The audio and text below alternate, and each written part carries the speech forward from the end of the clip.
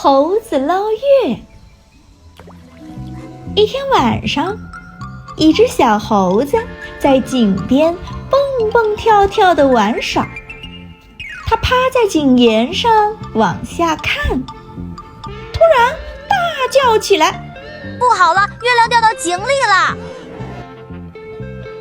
小猴子急得赶紧去找猴王。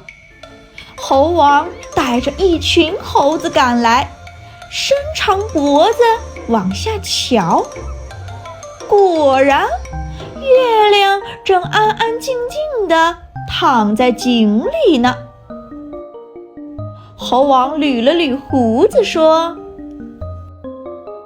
大家别慌，我们抓着树干一个接一个倒挂下去，把月亮捞上来。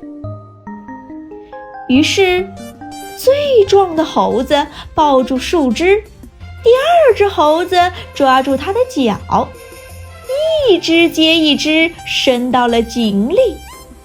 最下面的小猴伸出小手，轻轻朝水面一捞，月亮碎了，变成一片一片的亮光。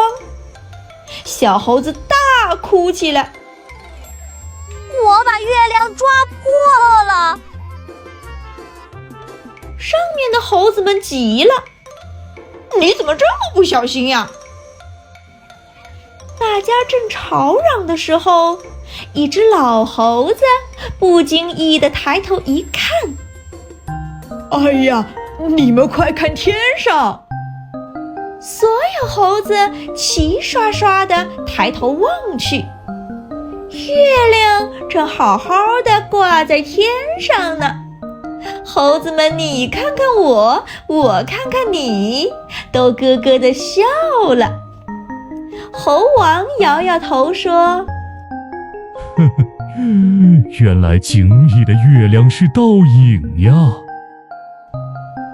月光从天上洒下来，猴子们围坐在一起，安安静静地看着月亮。